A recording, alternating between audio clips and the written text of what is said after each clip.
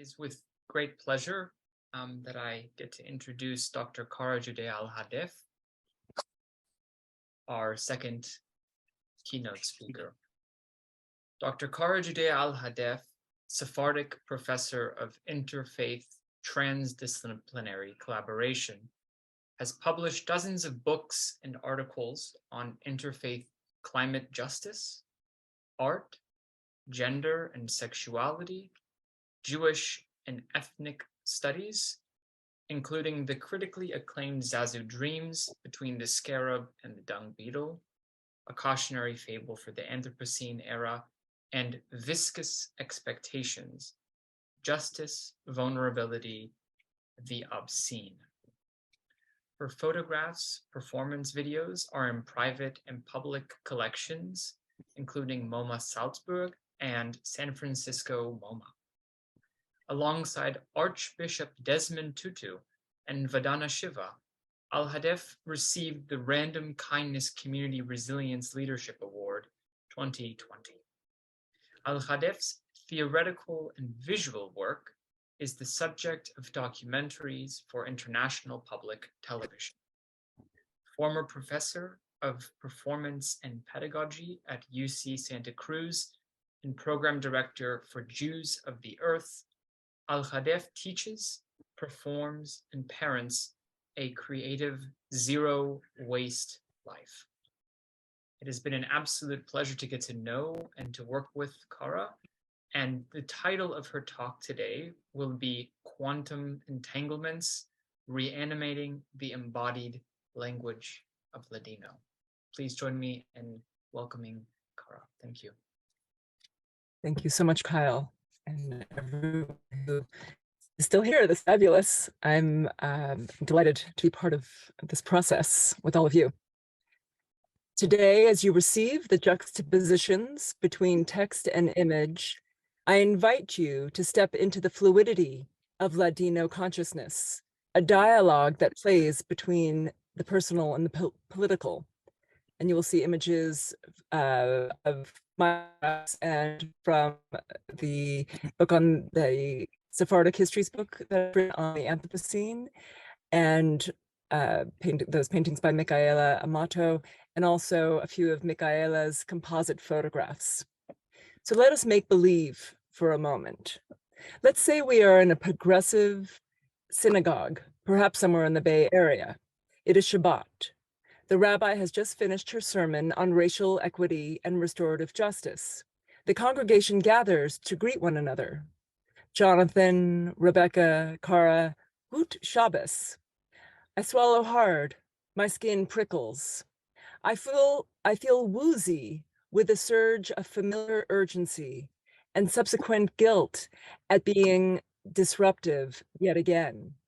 Shabbat Shalom, Buen Shabbat. My family speaks Ladino, not Yiddish. I am Sephardic.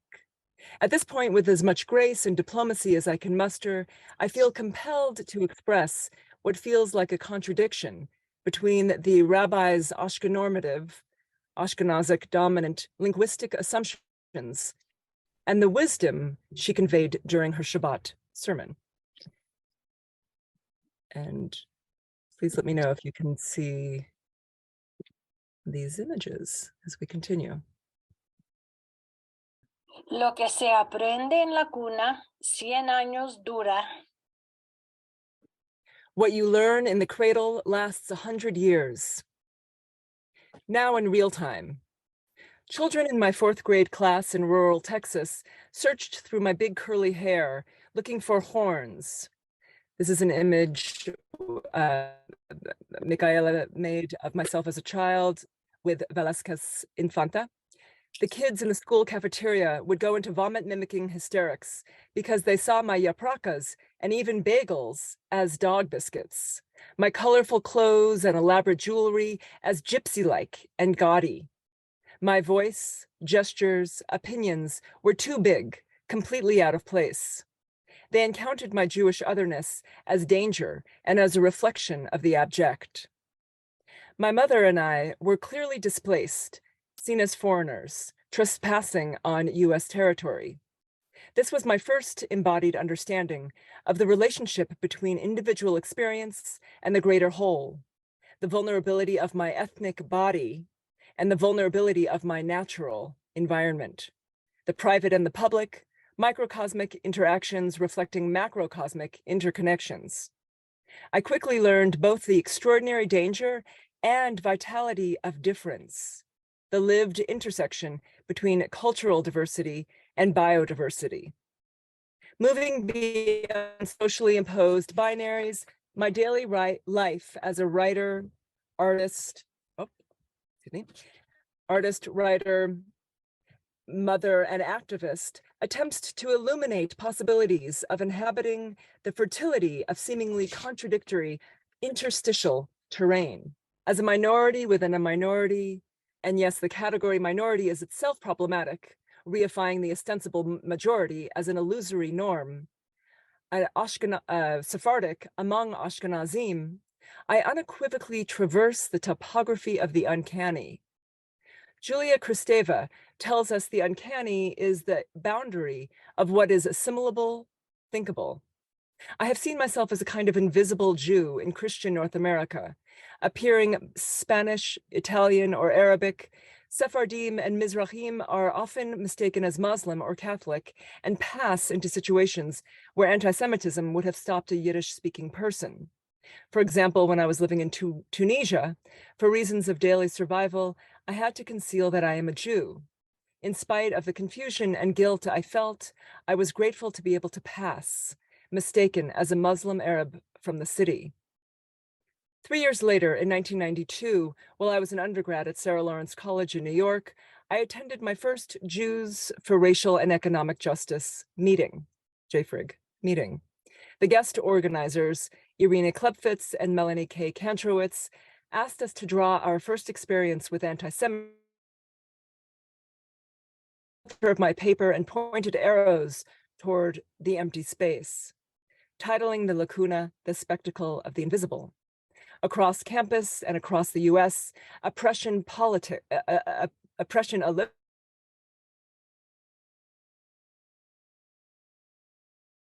dominated how we choose to and choose not to interact with one another on campus. Judgment became the filter through which we engaged with one another. Many activist, ethnically mainstream Jews, i.e. Ashkenazic, particularly from New York, assumed that their white, quote unquote, white privilege demonstrated and represented the unchallenged privilege of all Jews living in the US. What these Ashkenazim failed to grasp is that Jews who do not live in New York or other large cities are considered as marginalized as many subaltern, and frequently even more so because of our spectacle of the invisible condition. Sarah Lawrence College, a politically correct hotbed, left me constantly in a position where I felt cornered, desperate to defend my experience as fact that I am, quote unquote, another. An unfoldment of simultaneously accessing privilege while being denied that very privilege, inherently predicated upon ethnocentric exclusion. Again, the both and. For example, my closest friend at SLC was Jewish from Great Neck, Long Island. She could not conceive of contemporary Jewishness in the context of oppression. She freely used the term Jewish American princess to describe a privilege that not only did not resonate with my experience, but demonstrated an illusion of power that I found perilous in our ever fervently anti-Semitic world. As a Jewish multicultural educator in 1996, I lectured at the San Francisco Jewish Museum during the exhibition of Too Jewish. A panel discussion ensued with museum administrators and exhibition curators from the Jewish Museum in New York City, as well as other prominent Jewish public figures who referred to Yiddish, Judeo-German, as Jews' mother tongue. I questioned this violating misnomer, citing that Jewish languages include Judeo-Arabic, Judeo-Greek, Judeo-Persian, Judeo-Italian, Judeo-Malayan, the language of the oldest Jews from those from Cochin, India. Here's an image referring to that. And of course, Ladino, Judeo-Spanish. Ladino, the language of both my maternal and paternal family, is the ultimate polyvocal, or an ultimate, I'll say in multiplicity, polyvocal language of cooperation, a hybrid of ancient Spanish, Hebrew, Arabic, Turkish, Farsi, Bulgarian, Italian, French, Greek, Bukharian, Iraqi, Syrian, Yemenite, and on, depending on where the Sephardim had fled when they were exiled from Iberia and Europe during the various expulsions beginning in the 14th century. 600 years prior to banishment, and for centuries thereafter, Ladino had been the common international language of the East-West trade route. Una mano lava la otra y las dos lavan la cara. One hand washes the other, and together they wash the face. Todo que tiene hambre, venga y comen. I've chosen these proverbs in particular because they refer to conviviality and, as we were speaking about before, a kinship of the commons. A language of the mythological trickster, inhabiting the fertility of the interstitial, Ladino reflects diaspora, embracing difference and multiplicity. Rich with humor, songs, and poetic metaphors, Ladino has no set linguistic laws. Grammar laws do not apply. Like other indigenous place-based languages, Ladino embodies relationality, intuitively ignoring hegemonic rules. Like many indigenous languages rooted in oral traditions and intergenerational storytelling, Ladino is passed down through proverbs that embody domestic cultural values. Although I didn't delve into these intricacies of Ladino, I did call attention to the fact that the Too Jewish, exhibition neglected to include a single artist of non-Eastern European descent. And this is an image of Michaela Amato. It's a self-portrait with a Minoan mask in Crete. In fact, the curator, Norman Kleeblatt, had told Michaela Amato that her work was, quote unquote, too poetic to be appropriate for the Too Jewish exhibition. No one on the Jewish Museum panel responded to my critical observations. Although I had pointed out this omission several times during the course of the exhibition, few of the organizers or even viewers chose to address the ethnocentric omission.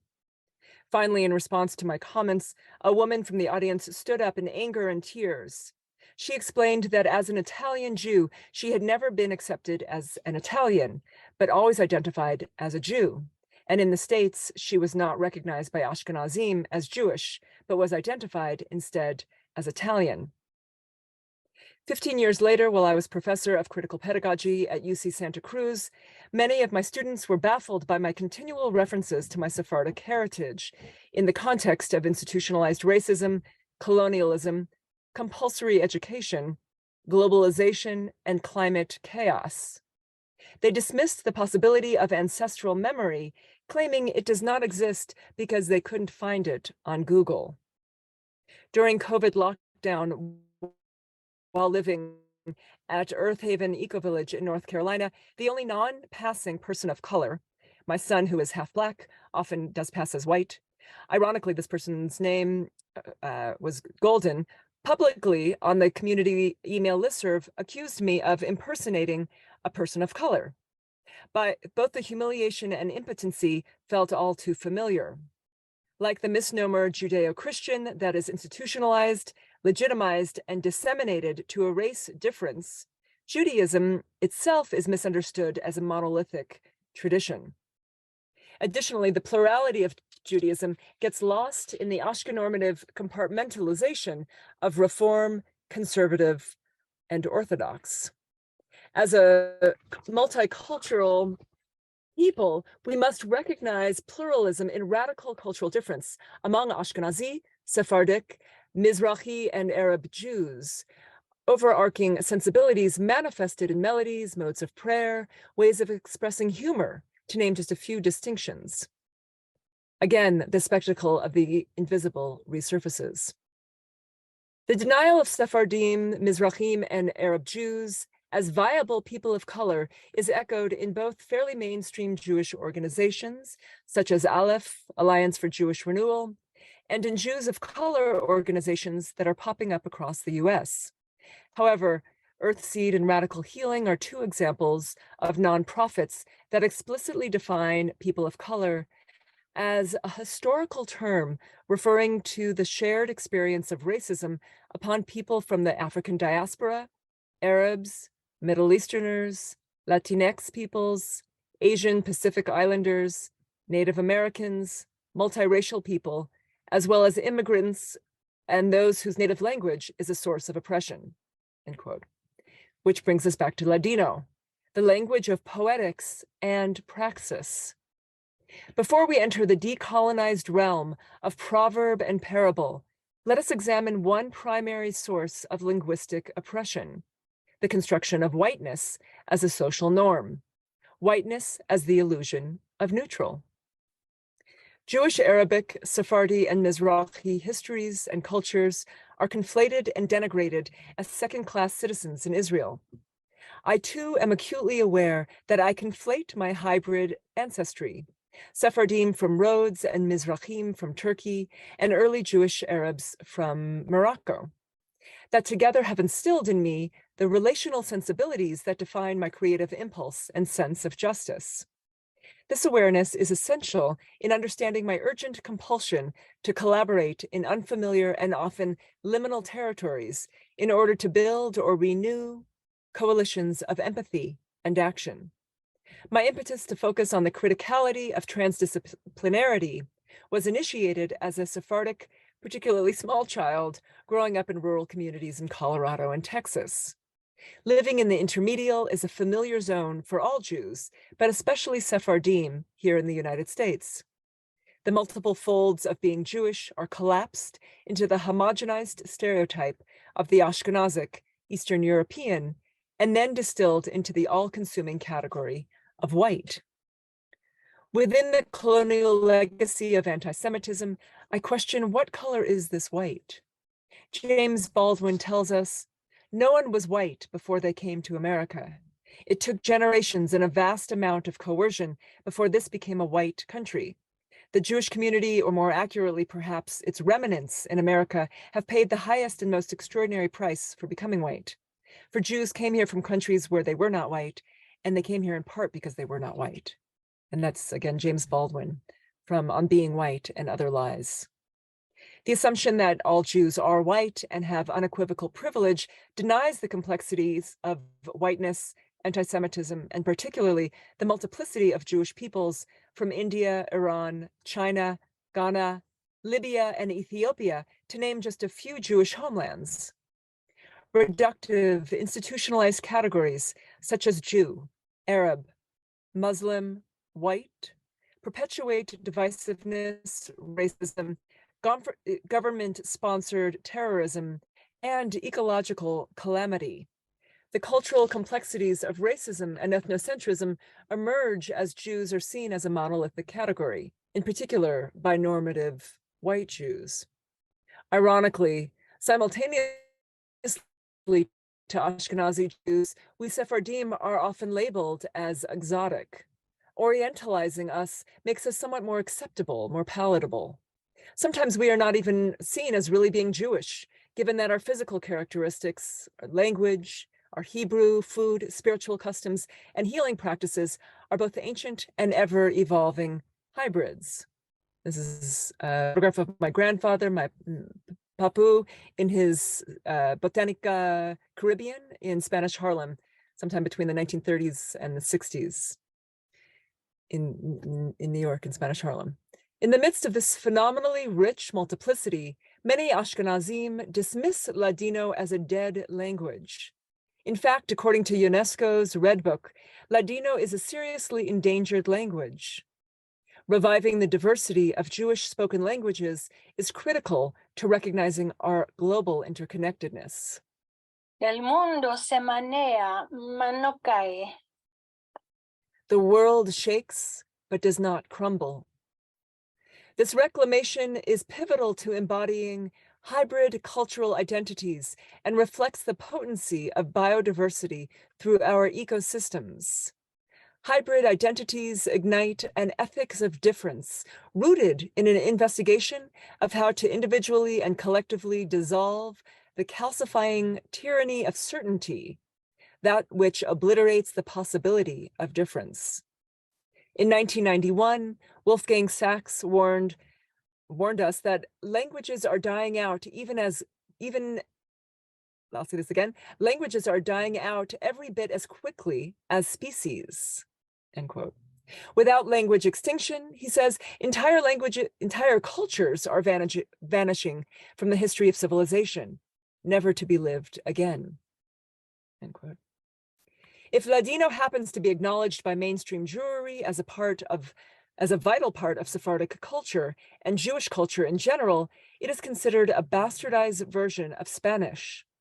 Similarly, Mizrahi pronunciation of Hebrew is frequently considered a bastardized version, when in fact it is the original. It is common for Mizrahi Jews to be mocked for their accents when they speak Hebrew. Again, we can find alliance with Black communities in the US in which Ebonics is degraded as faulty, uneducated, a distortion of the proper, le propre in French meaning clean. Elsewhere, I discuss the intersection between the proper, assimilationist hygiene, racial hygiene, and private property. And here is my grandfather Papu in the middle between the donkeys. The history of the expulsion of the Sephardim mirrors the histories of many indigenous peoples expelled from their homelands.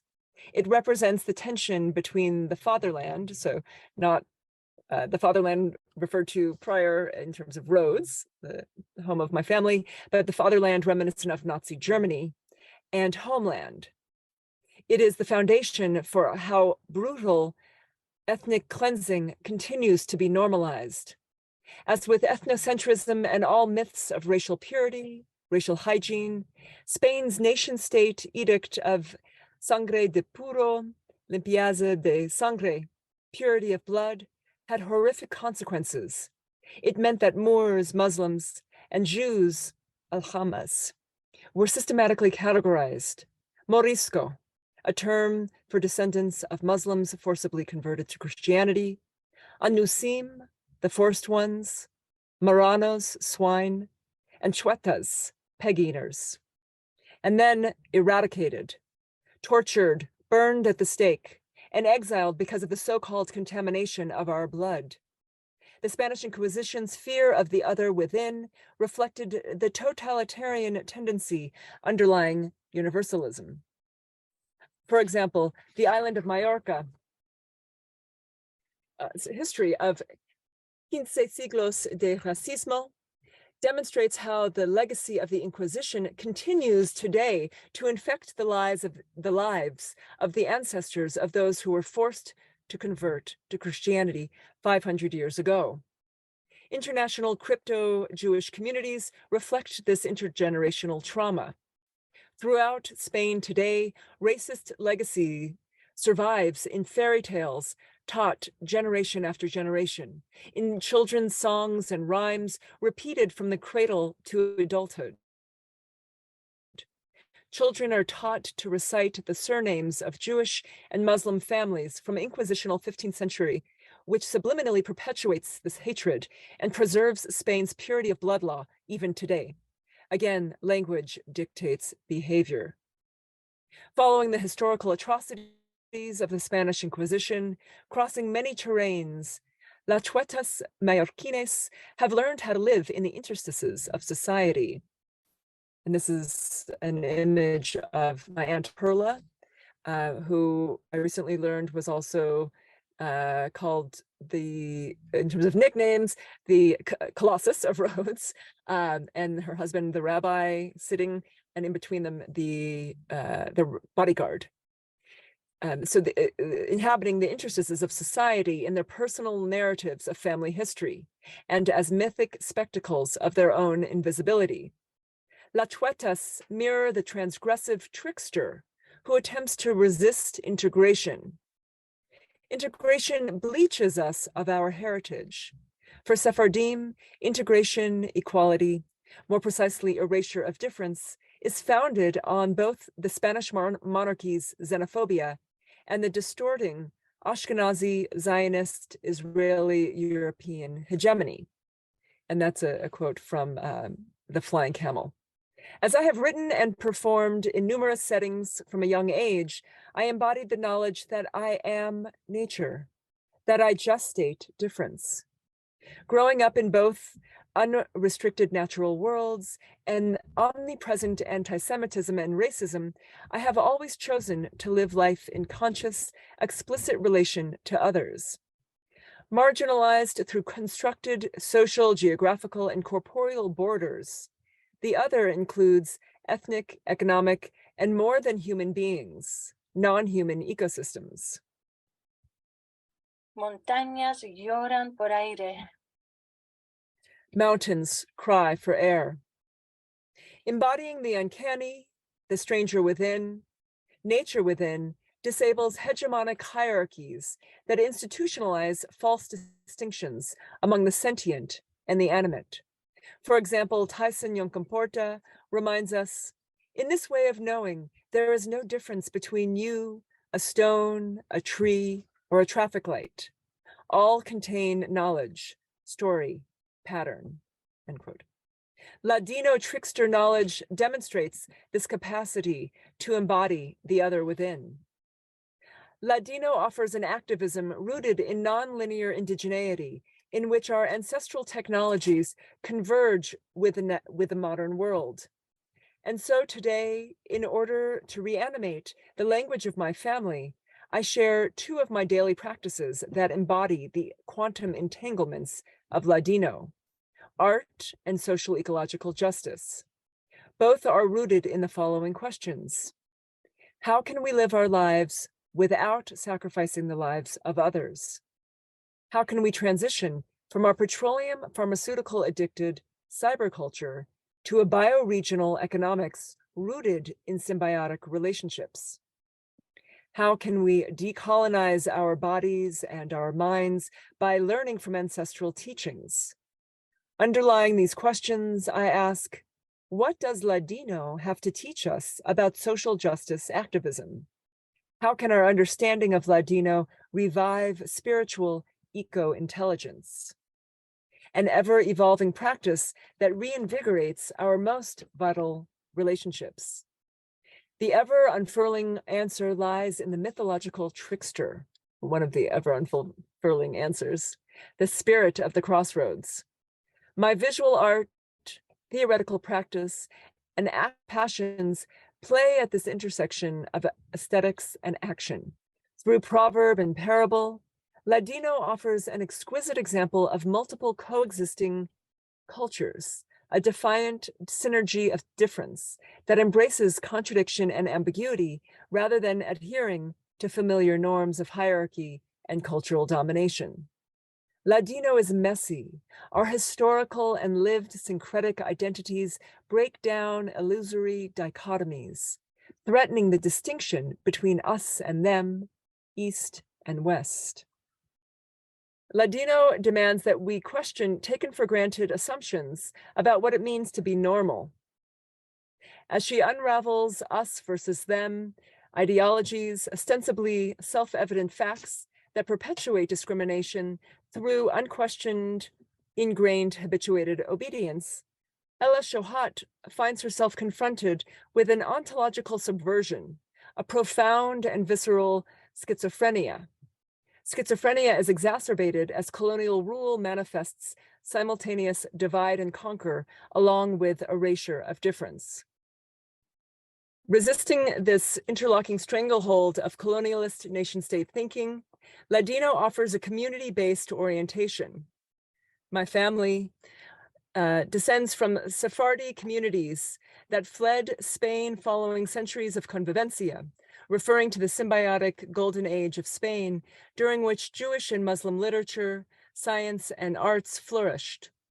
These communities primarily dispersed throughout North Africa, the Middle East, Southeast Asia, Latin America, and the Caribbean. Reminiscent of Martin Luther King Jr.'s declaration, Unity has never meant uniformity. Ladino coemerged from and is a model for convivencia, conviviality, hospitality, the stranger within. It is a language that reflects our histories as well as offering our future's alternative to colonial rule, divide and conquer ideologies, false choices rooted in false binaries. Utilizing the Sephardic, Spinozan body, my surrealist theological visual art explores how socialized norms have become so deeply ingrained in us that our own imaginations contort our ability to think and to act. Hablar quiero y no puedo. Mi corazón suspira. I want to speak, I can't. My heart sighs. My photographic and daily social justice ecological practices explore and hopefully ignite Spinoza's quest for what a body can do. And this goes back to Rachel's question about the body. Deleuze identifies this political potency of affectivity. Quote, a body's structure is the composition of its relation. What a body can do is the nature and the limits of its power to be affected. Hence the ethical proposition, we do not even know what a body can do, Spinoza says. That is, we do not even know of what affectations we are capable of, nor the extent of our power. Stephen Hawking's declaration, everything we need to know is already within us, just waiting to be realized.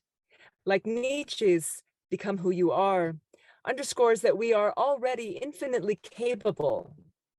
I'm proposing that what a body can do is to inhabit home, economics and ecology as an eco-aesthetic practice of coevolution.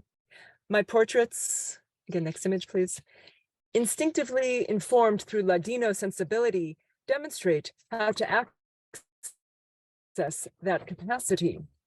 In France, la réalité dépasse la fiction is an idiomatic expression that evokes E.T.A. Hoffman's exhortation in The Sandman, there is nothing more marvelous or madder than real life. The idea that reality transgresses fantasy compels me to demand that my viewers and readers interrogate their own corporeal imaginations. Like Ladino, surrealism is a manifestation of multiple simultaneous realities that cannot be reduced to non sequiturs. The supposed irrational is relationally juxtaposed with the quotidian. Surrealism is only beyond the real within the context of status quo normalcy. Like the poetics of the interstitial, my performative practices and discursive self-portrait photographs and video pieces figure the unfigurable by disfiguring figures, and that's from a text by Mark Taylor, representing the collision between rapture, ethnic cleansing, and environmental destruction. My body-mind offers a reminder of the potential to remap our symbiotic interconnectedness, the resiliency of home. The Greek for home or whole house is oikos, the root of ecology and economics. As a Sephardic Arab Jewish woman, in front of and behind my camera lens, I inscribe the morcellated body with unresolvable questions. I fragment it in order to expand and expose the body-mind. My body-mind is my family history. It is our displaced home. It is my identity of kinship and alienation. My family's stories of persecution, invisibility, and celebration are inscribed through my body-mind. Like Lital Levy, I explore the historical context of my family's experience. My family, Ottoman Empire immigrants, teeters precariously on the line between black and white, east and west, indigeneity and industrialism, the ineffable and the extractable. Our diaspora reflects a dialectic between cross-cultural indigenous wisdom and industrial extractive capitalist modernity. Rabbi Daniel Buskila tells us that the primary center for Sephardic learning is the home, oikos, economy as it intersects with ecology. Given our histories of longing for a home, implicit in the concept of Sepharad, as immigrants adapting to new host nations, the Sephardic body represents home in flux. Cuando una puerta cierra, 100 abren. When one door closes, 100 open. They represent la'om, simultaneously yes and no in Hebrew and Arabic, the interplay among multiple ambiguities. Sephardic spiritual healing practices are vital examples of a seemingly outrageous, but in fact delicate balance of contradictions, cultivating life from death. As in nature, there is no waste. Representing the both and the la'om, the Sephardic body repudiates the tyranny of certainty through microcosmic, macrocosmic interplay. When asked his religion, Albert Einstein replied, mosaic. Through quantum entanglements that permeate contradiction and ambiguity, interconnections among the micro, the macro, personal and political, private and public, Ladino plays the trickster. The trickster disrupts totalitarian regimes of normalcy, taken for granted Western imperialism and the nation state. Trickster sensibility entices us to peer through the lens of the expected. Occupying this intermedial, we can generate ethical, individual, and collective eco-corporeal justice. My photographs animate this practice of promiscuous border crossing. This coalition building explores an interstitiality of difference to forge connections, articulating the intersectional questions rather than formulating and relying on manufactured supposed truths, rooted in the illusion of accessibility, certainty, and clarity. Cuando sale la luna, nadie come naranjas. When the moon departs, no one eats oranges.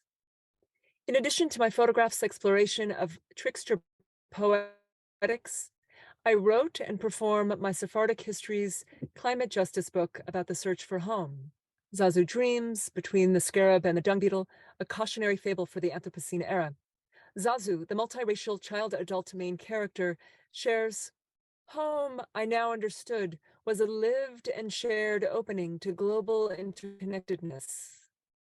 Along with his multi-species travel companions, the character's search for home through language is an attempt to build solidarity alliances with other ethnic minorities whose languages have been systematically obliterated, thus stripping and eventually erasing their cultures. In the conclusion of Zazu Dreams, we learn, in search of kinship and connection, exiles of multiple diasporas gather holy sparks hidden in every bend of the globe to restore what has been broken, to repair the world. We learn that this light already exists within us and is all around us, just waiting to be realized. This is our shared tikkun olam. And this is my diasporic writing with light, my photography justice practice. Rather than storytelling as entertainment, separated from our daily lives, we must integrate as fundamental to community relationality and functionality. In his endorsement for Zazu Dreams, Arun Gandhi, Mahatma Gandhi's grandson, and if you could, identifies my practice, so Gandhi's grandson, identifies my practice as edutainment. I explore mutual justice and shared consciousness that for hundreds of generations throughout the Middle East, the Caribbean, North Africa, and Asia have nourished coexistence between humans and nature. Henry Giroux writes, Zazu Dreams reclaims the power of language as both a poetic intervention into politics and storytelling, as a powerful force for reclaiming the radical imagination. It moves across disciplinary borders, collapses genres, unsettles how we think about the planet. It inspires and energizes a sense of individual and social agency, collective hope as it unfolds. Through form and content, storytelling, image, and resource guide, using Ladino, I play with this interface between fantasy and reality, science and the humanities. In the primary narrative, I write, I heard Joha the trickster, laughing, or maybe it was the sound of sand, shifting sand. Like salt, feces, water, and amber, other non-human characters in Zazu Dreams, the interstitial characteristic of sand represents unity and diversity, in which cooperation arises because one does not cling to a fixed position. In Woman in the Dunes, Kobo Abe writes, if one were to give up a fixed position and abandon oneself to the movement of the sands, competition would stop, end quote. And now I tease the reader with another interruption, another twist, a Brechtian zigzag on their elliptical nonlinear journey with Zazu in his dreams. Like Ladino, reminiscent of an eco-theological spirituality, the polytropic trickster defies conventional order. For example, Joha or Goha in Arabic, the trickster, and Al-Ghazal are multifaceted characters found throughout the Sephardic, Mizrahi, and Islamic worlds. In these oral traditions and folklore, the villain, fool, and wise man. Polymorphism is the primary characteristic of narrative folktales. Goha's double face of Janus plays out in the both and. History is like Janus, it has two faces. Whether it looks at the past or the present, it sees the same things. Whether we hear the voices from the 15th century Inquisition or 21st century environmental racism, the message of resisting cultural domination is the same. El prove y el rico, todo se mesura por un negro pico. Whether you are rich or poor, you have the same grave. The trickster is both victim and victimizer, cheater and cheated, trapping others while falling into traps. The trickster does not differentiate between humans, plants, and objects. As with Ladino, transformation and shifting identities are integral to how the trickster engages with the world around them. The trickster is collective action. I conclude with an urgent call to reanimate Ladino, an urgent call for a transformative resistance that embraces collaborative transdisciplinarity and offers a model for integrating art with life, politics, and unapologetic complex thought in action. Ladino offers an eco-theological embodiment of difference. It is this cultural diversity that is key to sustaining biodiversity. Multiplicity embedded in the language of Ladino reflects the decolonizing, liberatory practice of nourishing interdependent, co-beneficial relationships. Tagore's famous conversation with Einstein, titled, "We think that clearly, but only because we don't think clearly," refuted, and so that's the title, "We think that we think clearly, but that's only because we don't think clearly." This was between Tagore and Einstein. Refuted the faulty assumption characteristic of industrialized humans, that the world we see is all there is. I engage this complex web as a process of multi-layered storytelling in which the concept of ambiguity is not a lack of clarity, but instead a multiplicity of clarities. By highlighting Ladino's trickster tendencies, Ladino's quantum permeable membranes that disrupt the violence of the closed border, binary-based illusions of our separateness from one another and from our natural worlds, we conjure the multiplicity of the imagination for our mutual joyful survival. Quien mete cara, toma marido. Those who take risks accomplish the most. And I'd love a collective ululation if we could unmute and ululate together, perhaps, if people are willing. Yes. All right, great. Thank you so much, Cara. I think that I've always thought since I met you that to listen to you speak is to hear the drawing of new kinship bonds and perhaps the renewal of ones that are already there. And so I think that your talk really brings out quite beautifully the moral and ethical stakes of this whole conference, and yeah, all of that was brought out in your performance and in your talk. So thank you so much. I do know that we have, yeah. So everyone, round of applause for yeah. I do know that we've run over time and we've been trying to keep things kind of more or less, according to the schedule. But I do want to do certainly a Q&A session with Cara, and then if you are not too tired, I know that some of you are calling in from Turkey and so on and so forth, so I appreciate you for being here. But if we are not too tired after the Q&A, I would like to go into a session where we all have a conversation, short but important about what happened here. So does anyone have a question for Cara? Does anyone want to pose a question? You can do so either in the Q&A function or in the participant webinar chat. Tabea, great. Professor Leonard.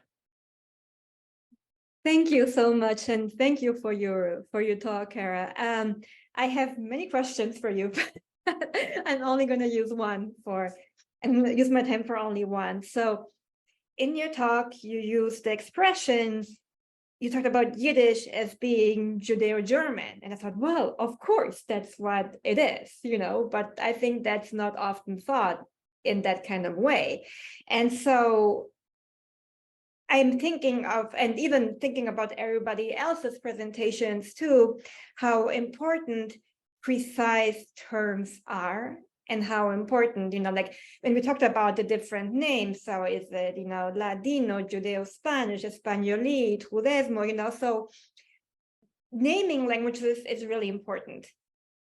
But how can we negotiate the need for precise terminology on the one hand, with a challenge to everything that is rigid on the other hand? Because I really think that your work and many of the other presentations we listened today have that challenge, right? To everything that's rigid, to everything that is binary. So we're talking about the academic, not academic, East, West, and even male, female.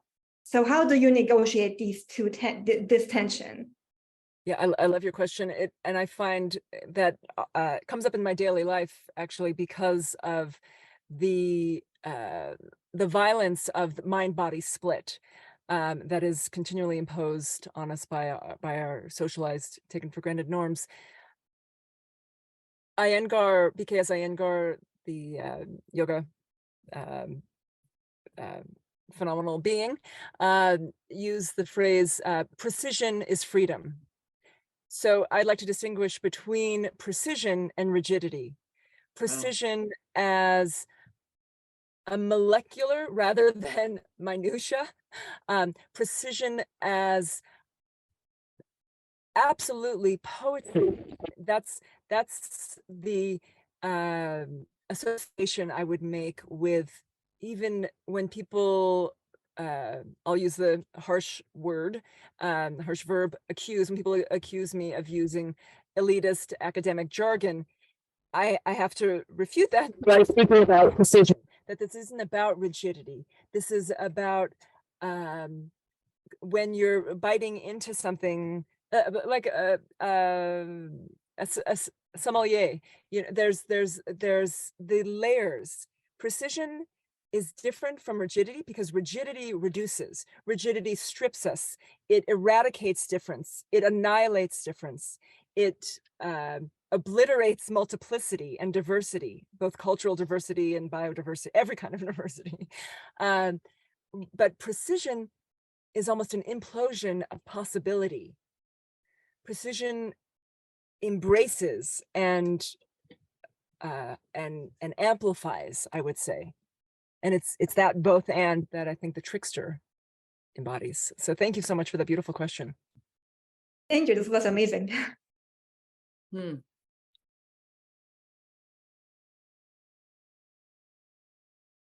Right. Michaela, you want to say something very briefly? No. Oh no, did you hear me breathing? I'm sorry. No. I just thought that you unmuted yourself. I'll tell you what my thought was. By all means. Rabbi DeSola Poole came out of retirement to officiate at Cara's father's and my wedding at the Spanish Portuguese synagogue, because he was so excited about our two families joining. And I will tell you that at this moment, I think that he would be extraordinarily proud of what Albert and I have produced, Sephardic woman. That's what I was thinking, and you must have heard me thinking. I certainly did.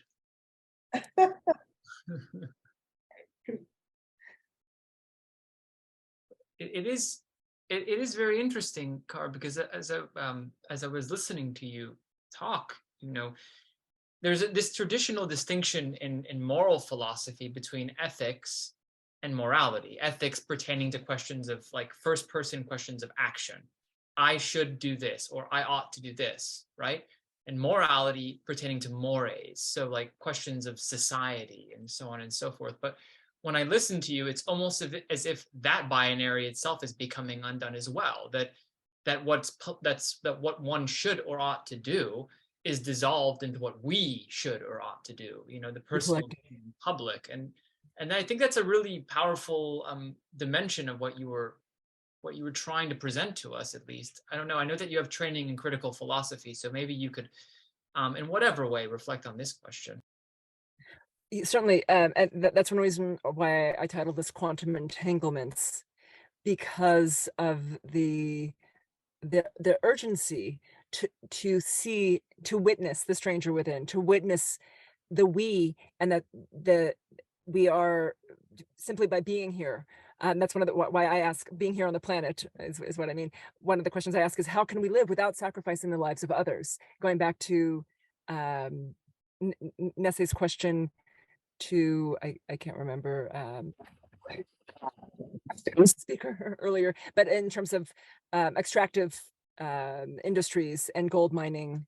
To Hannah, his question to Hannah, that if we were to live as an actual family in a kinship commons, how could we actually commit such violences on one another? If the stranger was really within, are we such masochists as to destroy our world rather than projecting it onto the lives, sacrificing the lives of others?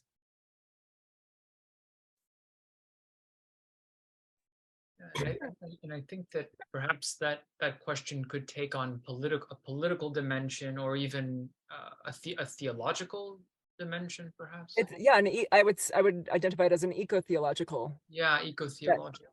Eco, again, referring to home, that our home is our world and our domestic home, so that there's a constant interplay between the macro and the micro, which to me, Ladino embodies, embraces, and can infuse, if we permit it to, into our ethnic studies programs, our homes, on the street, when we are confronting anti-Semitism and racism, anti-immigration, for example.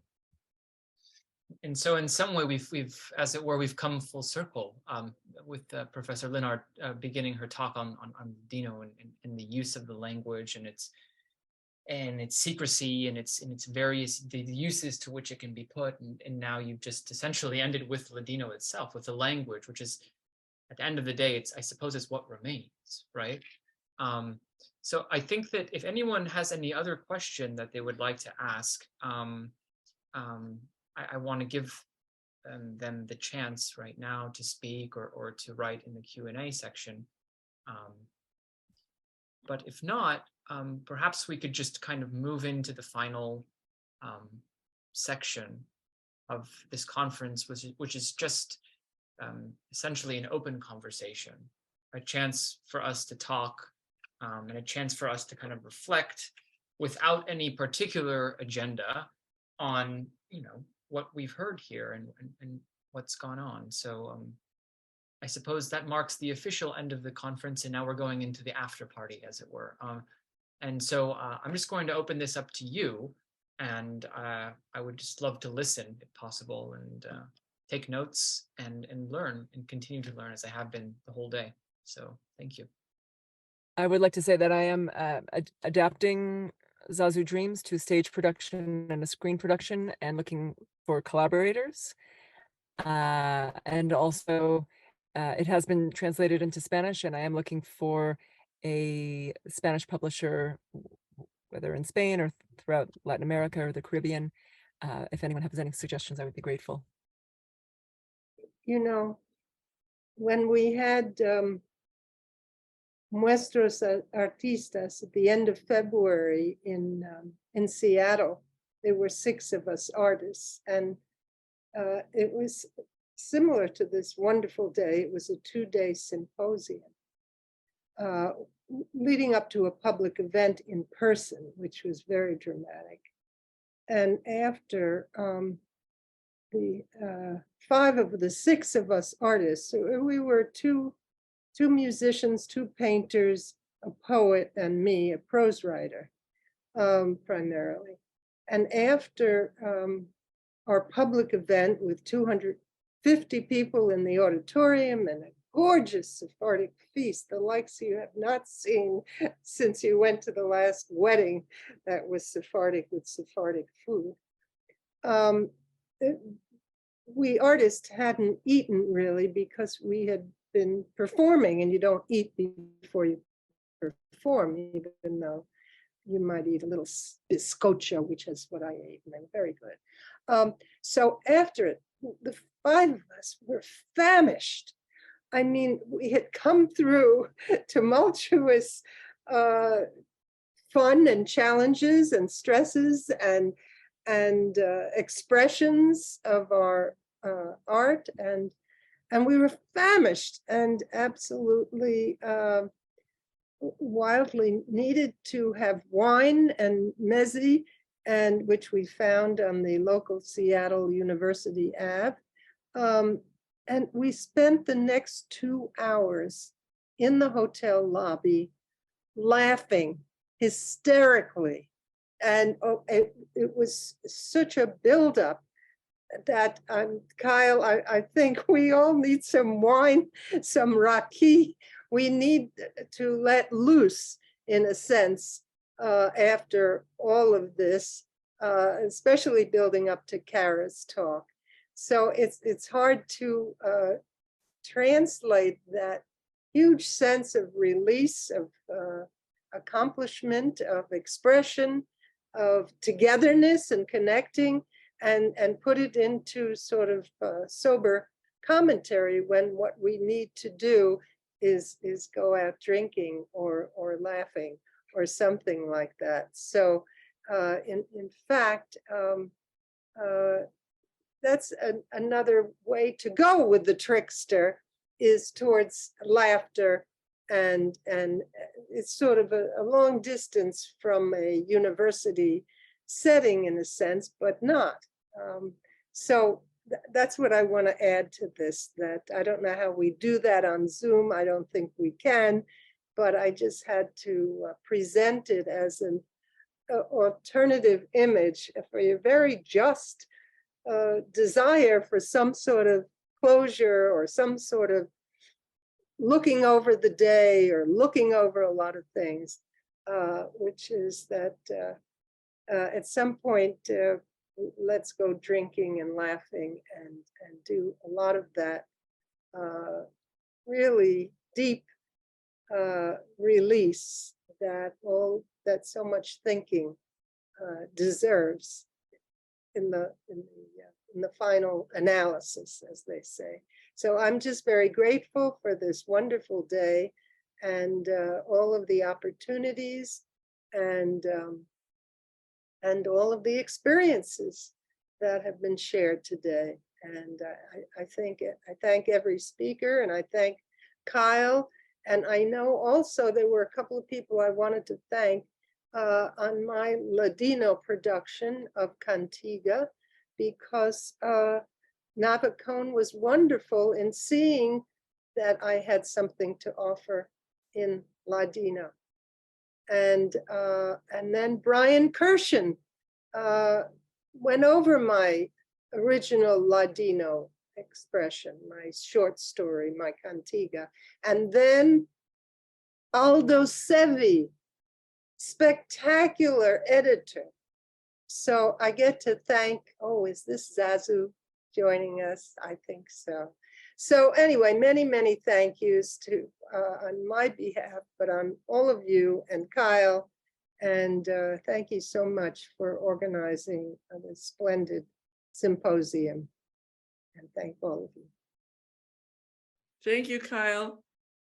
Thank you so much. Thank you all. Yeah.